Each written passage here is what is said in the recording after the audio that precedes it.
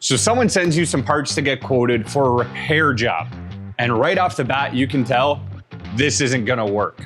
You try to talk to them, but the company is insistent they want it done this way. So do you do the job that you know is gonna fail, maybe do it a few times and make some money, or do you stick to your guns, do the right thing, and bow out? What's up, guys? Ian Sandusky from Lakewood Machine Tool back here again for Practical Machinist. And on this episode of Machine Shop Talk, we are going to be diving back into the Practical Machinist forums to cover a poster who came on with exactly this question. But before we do, make sure you like, subscribe, and turn on notifications below to make sure you never miss a video. Let's get into it.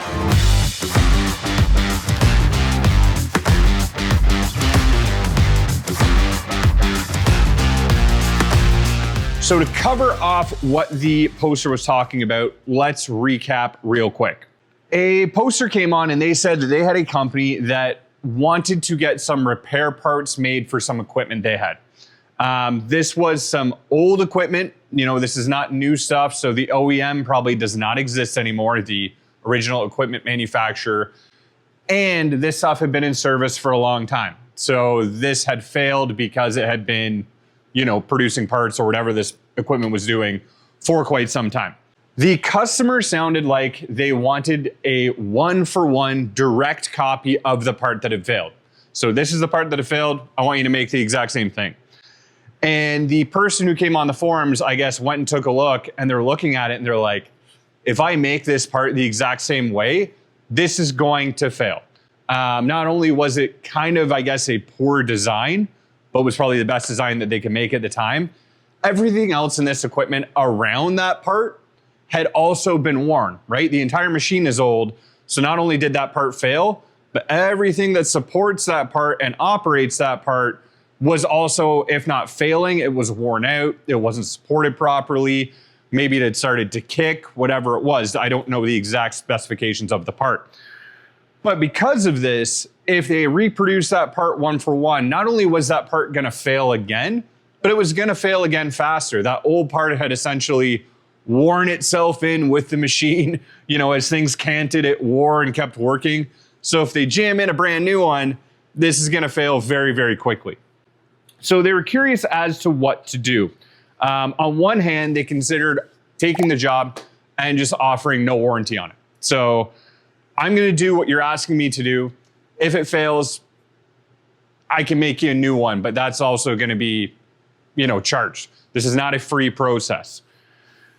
Basically, it's a design defect that's out of my hands, and if it fails, I can't control that if this is what you want to do.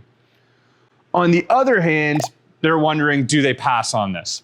They're worried about liability, and the chances of this having the potential to turn into a huge nightmare and a massive headache is there, and it's probably a very large chance of that happening. As I said, this is a situation that if you spend any length of time in this trade, you are likely going to run into, whether it's the guy with the lawnmower who wants the half-broken shaft from 1972 fixed, or the massive equipment in a, you know, multi-billion-dollar line that they need this widget made for. This is going to happen. Sometimes, like in this case, you're not only working with old drawings, which I'm sure a lot of you have seen, you're also working on old equipment, or you're working in an old facility, or you're trying to, you know, jury rig something together that you know just isn't gonna work, even if this is how they wanna do it. This is a big minefield when it comes to situations out there for a few reasons. First, as the poster mentioned, is liability. It's all fine and well, you know, everybody on forums is always like, yeah, well, I'll just tell them if it breaks, it's not my problem. I said don't do that. If only the real world actually worked like that these days, especially for working for corporate customers. Although you legally and truly, in a moral sense, may not be liable, that doesn't mean that you are gonna be off the hook. So if you walk into a place, they have something like this, you say, that's not gonna work. They say, we don't care, we think it will, make it. You make it and it fails. That doesn't mean that everyone there is gonna go, well, he was right, let's hire him back and pay him $1 million. People are people. You always gotta keep in mind in this trade, people are people. Even if legally they can't come after you, your name is on that job. And just because someone may lose a lawsuit or may lose, trying to go after you for something, doesn't mean people won't try, especially if they think it will save their skin. This is just the way the world works. You may win the court case, but you're now going to be tied up for legal reasons and paying for lawyers that you will maybe get paid back for. And then you need to actually get paid potentially for years if you take on a job like this and something bad enough happens. And if you do these things long enough, something bad enough will happen sooner or later. If it hasn't happened to you, you've just gotten lucky. In situations like this, depending on the customer, not only can you be liable legally, but people out there who do work for automotive companies, you'll know that written in those contracts is, if our line goes down because of your fault, you are going to be on the hook for X number of dollars every day, meaning you have to pay the customer thousands, hundreds of thousands of dollars, millions of dollars if you do something that fails. This is just the nature of the business in some of these industries. The next issue, of course, on top of the legal or financial things here is reputation. One thing I've talked about a lot of times here on Machine Shop Talk is one of the best ways to grow your company over time, the slow strategy that pays off, is following people who work at one company you do business for to another company. So a purchaser engineer works here, you do a lot of work for them, you develop a good reputation, they take another job at another company, they need machining work done. They go, hey, I know Lakewood Machine Tool. Let's go to them. Happens all the time. I'm sure lots of you guys have been there. Great way to get into companies that you may otherwise not have a chance of getting into. So let's say you now do something bad, or even if you don't do something bad, you do something that fails for one of these companies. Even if you knew it was going to fail and you told them, if that purchaser engineer now has a bad taste in their mouth, they move on to another company. Not only would you not be able to do work for that company from them bringing you with it, they may actually tarnish your reputation at that company before you get there. And yeah, it's slander. Yeah, it's whatever. Good luck proving it. In this industry, your reputation really is everything. Do you have the reputation of delivering on time? Do you have the reputation of being fair with your pricing? Do you have the reputation of doing what you say you were going to do?